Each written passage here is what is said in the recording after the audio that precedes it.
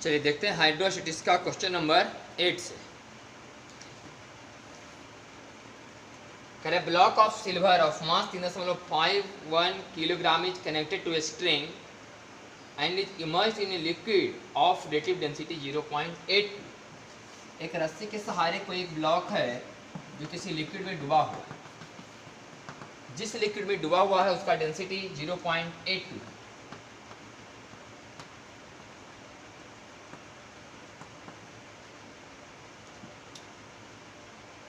और relative density of silver, silver है, silver का रिलेटिव डेंसिटी 10.5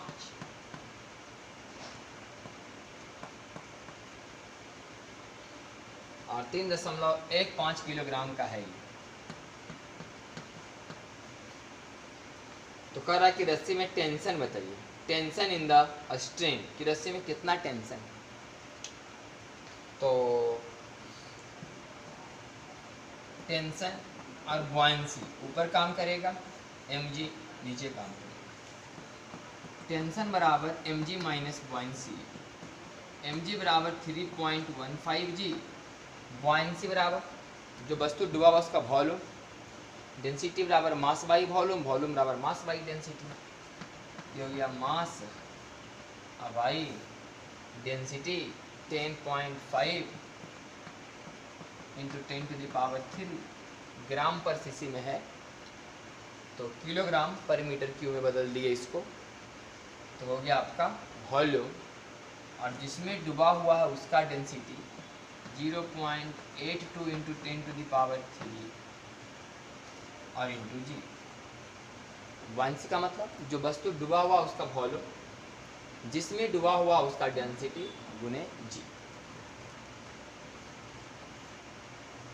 तो 3.15 में घटेगा 3.15 गुने 0.82 और 10.5 इंटू जी। तो 3.15 में घट जाएगा 3.15 गुने 0.82 बटा 10.5। उसको सॉल्व कीजिएगा। 3.15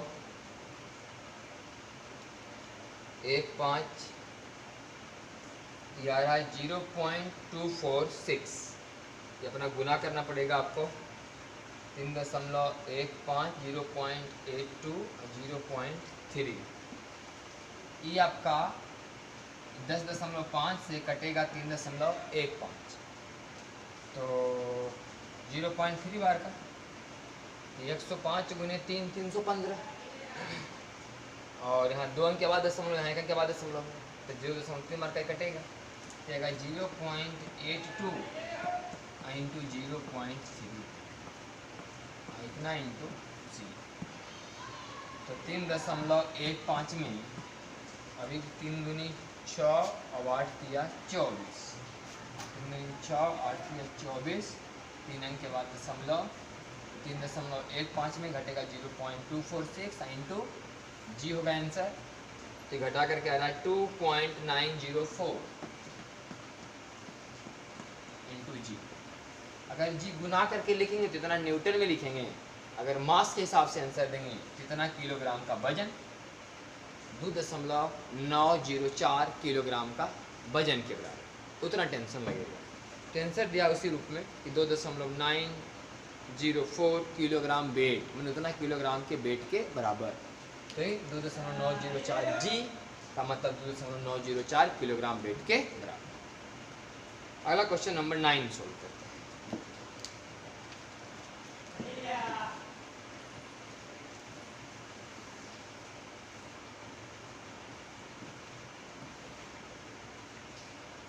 calculate the volume of substance of mass 108 gram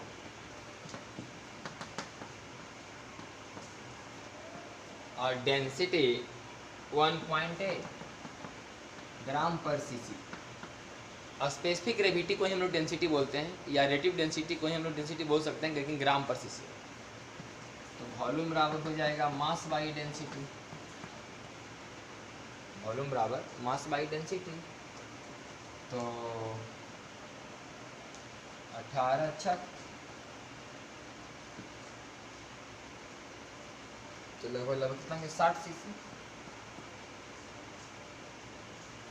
answer बराबर 60 CC. Question number 10, a man can lift a load 160 kilogram, एक मैन 160 किलोग्राम के लोड को उठा सकता है। Then what volume of a substance of a specific gravity 0.8 he should carry, तो 0.8 ग्राम पर CC density वाला कितना लिक्विड वह उठा सकता है, उसका वॉल्यूम बताइए। तो वॉल्यूम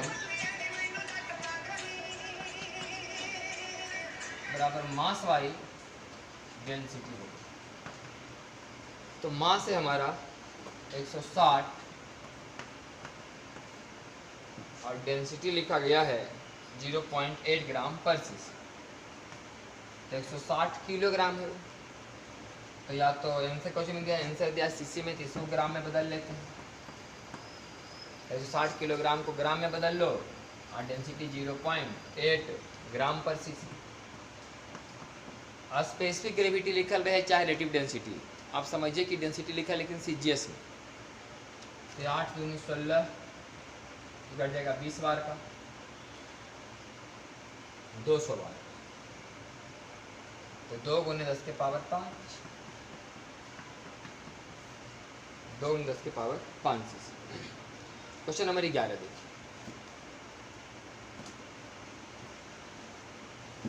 नंबर 11 देखिए, कह रहा calculate the depth of water level, कह रहा कि वाटर के लेवल का डेप्थ बताइए, पानी के लेवल का हाइट बताइए, कितना अंदर पानी होना चाहिए। The pressure will be equal to 4 atmospheric, ताकि यहाँ प्रेशर जो है 4 एटमॉस्फेरिक के बराबर, कितना पानी का लेवल होना चाहिए ताकि प्रेशर 4 एटमॉस्फेरिक के बराबर हो। तो क्वेश्चन जिस हिसाब से मैंने बनाया उसके हिसाब से बता रहे हैं। इसे कहने का मतलब है कि ऊपर से तो 1 एटमॉस्फेरिक तो ही हो गया, 1 एटमॉस्फेयर तो हमेशा रहता है। अब 4 एटमॉस्फेरिक प्रेशर होने के लिए 1 एटमॉस्फेरिक ही है, तो 3 एटमॉस्फेरिक पानी का प्रेशर हुआ होगा। तो कितना पानी का लेवल हो ताकि 3 एटमॉस्फेरिक के बराबर ही हो, 1 एटमॉस्फेरिक वायुमंडलीय वाला, तो कुल मिला के 4 एटमॉस्फेरिक। ऐसी सब बात क्वेश्चन में क्लियर रहना चाहिए था, लेकिन कुछ ऐसा है नहीं क्लियर, जो कह रहा है उसके हिसाब से हम कर रहे हैं आपको भी। अब ऐसा क्वेश्चन जैसे हम लोग पढ़ते हैं कि कितना सेंटीमीटर पारा होना चाहिए ताकि 1 एटमॉस्फेयर के बराबर हो, तो हम लोग बोलते हैं ना कि 76 सेंटीमीटर पारा होना चाहिए 1 एटमॉस्फेयर के बराबर होता है। उसी तरह से अगर देखा जाए तो 40 मीटर पानी का लेवल 1 एटमॉस्फेयर के बराबर होता है। लेकिन यहाँ पर क्या है क्वेश्चन बनाने का ढंग कि 1 एटमॉस्फेयर को भी कंसीडर किया गया है, तो 1 एटमॉस्फेयर तो यही हो गया। बाकी बताया गया कि पानी का लेवल कितना हो जाएगा, 3 एटमॉस्फेयर के बराबर पानी का लेवल होगा तो 4 एटमॉस्फेयर टोटल हो जाएगा। मतलब पानी का हाइट इतना ही हो ताकि 3 एटमॉस्फेरिक प्रेशर हो, मतलब पानी का डेंसिटी रो GIH बराबर 10⁵ पास्कल 3 बार 3 एटमॉस्फेरिक के बराबर। तो 3 1 4, 4 से यहाँ 10, H बराबर आ जाएगा लगभग कितना 30 मीटर के आसपास।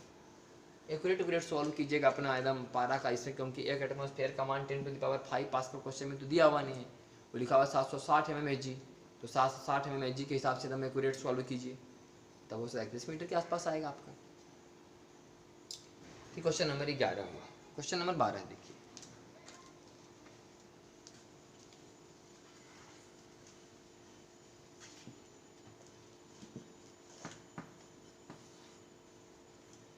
The height of a water barometer is 10.3 meter. Then at what depth inside a sea the pressure will be 3 atmospheric pressure if a specific gravity of sea water is 1.03. The height of a water barometer is 10.3 metre. कहने का मतलब जैसे ना 76 centimetre of mercury एक वायुमंडलीय दाब के बराबर होता है। क्वेश्चन के हिसाब से कह रहा है कि 10.3 मीटर पानी का प्रेशर 1 एटमॉस्फेयर के बराबर है, माने 10.3 मीटर पानी किसी कॉलम में भरा हुआ होगा तो उसका दबाव 1 एटमॉस्फेयर के बराबर है। तो कहा कि then what depth inside the sea pressure will be 3 atmosphere. तो कह रहा कि then what depth inside the sea, कितना समुद्र के नीचे जाएंगे तो वहाँ प्रेशर 3 एटमॉस्फेयर के बराबर मिलेगा। तो देखिए 3 एटमॉस्फेरिक के बराबर प्रेशर का मानने का मतलब क्या, मतलब समुद्र के नीचे में जाइए 2 एटमॉस्फेरिक के बराबर। 1 एटमॉस्फेरिक तो वायुमंडलीय दबाव है, 1 एटमॉस्फेरिक तो आपका वायुमंडलीय दबाव है। तो कह रहा कि then what depth at what depth inside the sea the pressure will be 3 atmospheric, समुद्र के लेवल से कितना नीचे जाएंगे कि ताकि वहाँ प्रेशर 3 एटमॉस्फेरिक महसूस हो। तो 1 एटमॉस्फेरिक तो वायुमंडल का दबाव महसूस होबे करेगा, बाकी समुद्र में जो पानी उसके चलते प्रेशर 2 एटमॉस्फेरिक और लगना चाहिए। तो 2 एटमॉस्फेरिक का मतलब 10.3 और 10.3 20.6 मीटर। तो जबकि पानी का डेंसिटी एक नहीं लिया गया, पानी का डेंसिटी ना 1.03 लिया गया है। पानी का डेंसिटी हम लोग एक लेके बना दिए तो आपका आ गया 20.6। पानी का समुद्र में जो पानी का डेंसिटी 1.03 लिया गया है, तो निकाल लीजिए। तो 2 एटमॉस्फेरिक प्रेशर माने कि 10.3 मीटर ऑफ वाटर 1 एटमॉस्फेरिक के बराबर हुआ। तो समुद्र के नीचे कितना अंदर जाएंगे ताकि वहाँ प्रेशर 3 एटमॉस्फेरिक के बराबर हो। तो 1 एटमॉस्फेरिक तो वायुमंडलीय दबाव हो गया, बाकी बचा 2 एटमॉस्फेरिक। तो मान लो कि समुद्र के नीचे हम गए HNC IC के पानी का ρGH बराबर होना चाहिए 2 एटमॉस्फेरिक, क्योंकि 2 एटमॉस्फेरिक समुद्र के नीचे इतना अंदर जाओ ताकि वो पानी के समुद्र के पानी के चलते 2 एटमॉस्फेरिक प्रेशर हो, बाकी 1 एटमॉस्फेरिक बाहर से काम कर ही रहा तो हो जाएगा 3 एटमॉस्फेरिक। यही निकालना है। तो समुद्र के पानी का डेंसिटी लिखा गया 1.03 और जी यही तो निकालना है कि समुद्र के नीचे में कितना पानी का लेवल और जाना है। और 2 एटमॉस्फेरिक का मतलब 2 एटमॉस्फेरिक प्रेशर का मतलब ρGH, तो पानी का ρGH रो पानी का 1 और जी का मान जी और एच का मान 10.3। ये पानी का के बारे में बात हो रहा है, जनरल पानी और समुद्र के पानी के बारे में बात हो रहा है। तो जनरल पानी का डेंसिटी लेंगे 1 ग्राम पर cc और समुद्र पानी का लिखा है 1.03, तो जी से जी कैंसिल हुआ और यहाँ से समुद्र के पानी का जो लेवल आया कितना नीचे जाना है 2 गुना 10.3 और बटा 1.03, ये कटेगा 10 बार का, तो 10 गुने 2 20 मीटर 20 सेंटीमीटर, क्योंकि ρG और H इधर भी लिए हैं CGS में ρG और H नहीं 20 मीटर, क्योंकि अगर इसको हम लोग SI मात्रक में लेते भी तो 10⁻³ यहाँ आता, 10⁻³ यहाँ आता, तो 10⁻³ भी कट ही जाता। और 10⁻³ चूँकि मीटर में लिया गया है तो मीटर में लिया गया तो आंसर भी क्या आएगा मीटर में आएगा, सेंटीमीटर में नहीं। ये हम डेंसिटी ले लिया है 1.03, इधर 1 ले लिया है CGS में, लेकिन अगर SI मात्रक में लिखेगा तो इधर भी 10⁻³ से गुना कीजिएगा, इधर गुना कीजिएगा 10⁻³ से, तो 10⁻³ तो कटिए जाएगा और जी से जी कटिए गया, बाकी बचा 10.3 क्या मीटर में बचा, तो मीटर में आंसर आएगा 20 मीटर। क्वेश्चन नंबर 13 देखिए।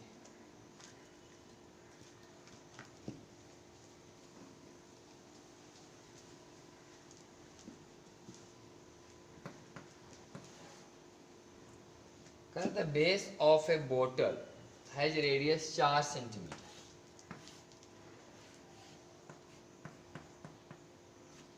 and the radius of the neck is 2 centimeter. Radius of the neck,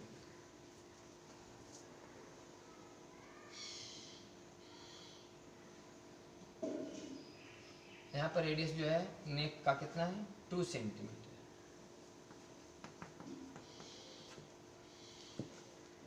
A force of 12 Newton is applied on the cork when the bottle is filled by a liquid. अगर 16 Newton का force, the force of 16 Newton is applied on the cork, यहाँ पर cork होगा अपना, इस पर 16 Newton का force लग रहा है on the cork when the bottle is filled by a liquid, जब किसी लिक्विड से इसको भरा जा रहा है तो 16 न्यूटन का फोर्स लग रहा है। Then calculate the force on the base, बताओ कि बेस पर कितना फोर्स काम करेगा। तो यहाँ देखते हैं पहले कि प्रेशर कितना काम कर रहा है, तो प्रेशर बराबर हो जाएगा फोर्स गुने एरिया, तो फोर्स हो गया 16 फोर्स बाई एरिया, तो फोर्स हो गया 16 और एरिया हो गया πr²। बता देगा pressure.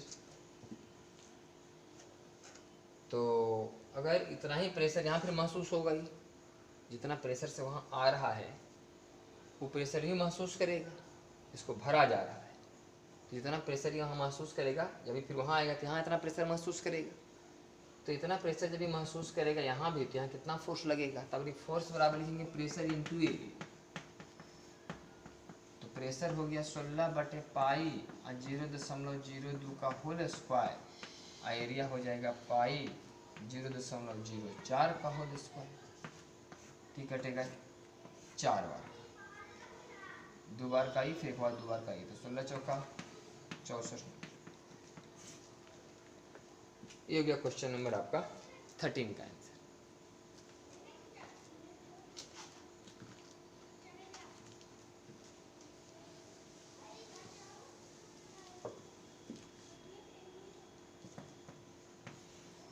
Calculate the depth of a bell if the pressure at its bottom is 15 times of that of a depth of 10 meter.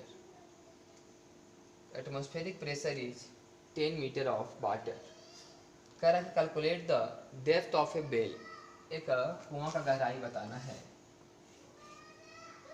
If the pressure at it bottom, यहाँ पर जो प्रेशर है 15 times at the depth of 3 meter, at the depth of 3 meter, 3 metre नीचे जितना pressure है इस pressure का 15 गुना है। 3 मीटर नीचे कितना प्रेशर होगा, atmospheric pressure plus rho g H. तो यहाँ प्रेशर कितना है, मान लो कि पूरा कुआं का गहराई कितना है एच, कुआं का गहराई मान लें कि एच है, तो यहाँ जो प्रेशर है तो वहाँ प्रेशर कितना है, atmospheric plus rho g H, 15 times है यहाँ के प्रेशर का, मतलब एटमॉस्फेरिक प्लस रो जी 3 का। तो atmospheric plus rho g H बराबर 15 atmospheric plus 45 row ji.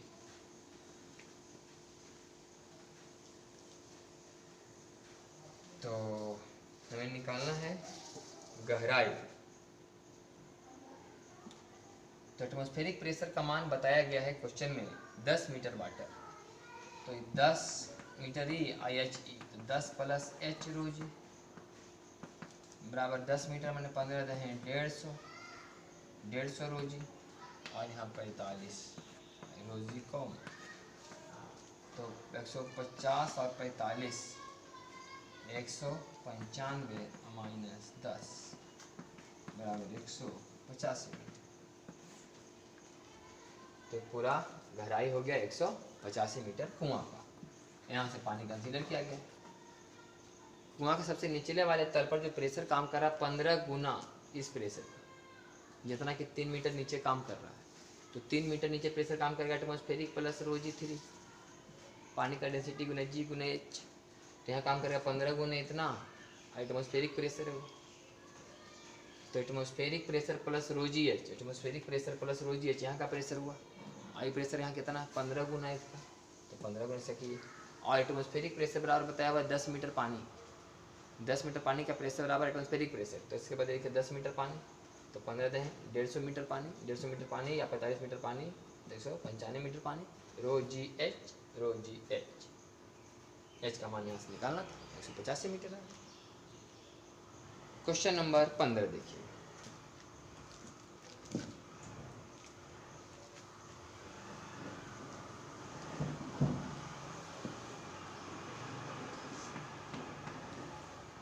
The volume of an air bubble increases 15 times when it rises from bottom to the top of a lake.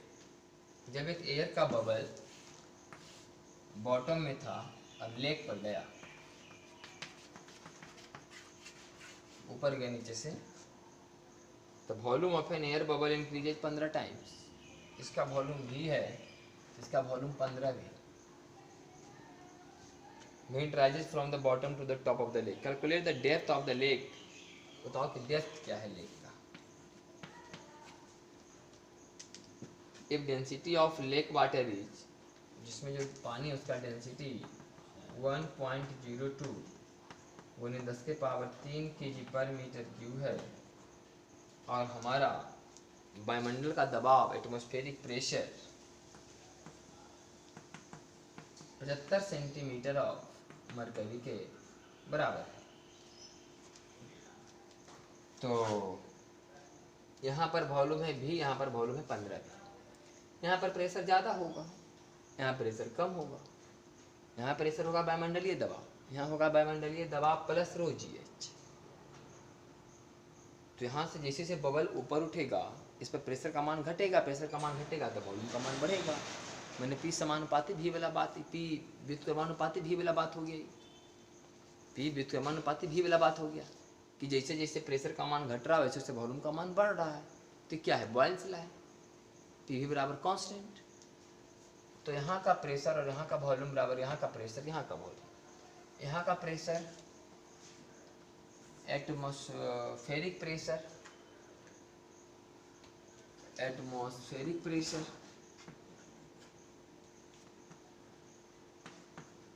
Plus volume बराबर यहाँ atmospheric pressure plus rho g h, rho g h into 15 into भी। यहाँ pressure into volume बराबर यहाँ pressure into volume, तो भी से भी कैंसिल। तो 15 एटमॉस्फेरिक में 1 एटमॉस्फेरिक घटेगा तो 14 एटमॉस्फेरिक, 14 एटमॉस्फेरिक का मतलब 75 सेंटीमीटर मरकरी, मतलब रो जी आई एच, ये हो गया 14 एटमॉस्फेरिक और बट्टा ई वाला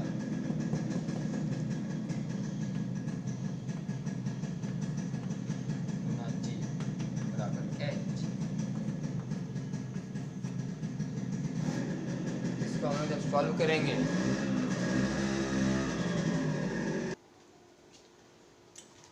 तो इसको आप सॉल्व कीजिएगा तो लगभग लगभग क्या पूरा एक्यूरेट ही आएगा एकदम, h बराबर 140।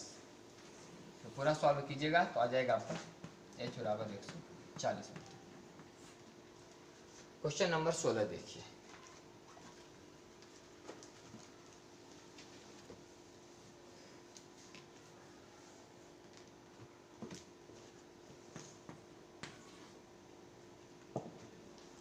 The radius of a large bubble becomes triple when it rises from the bottom to lake।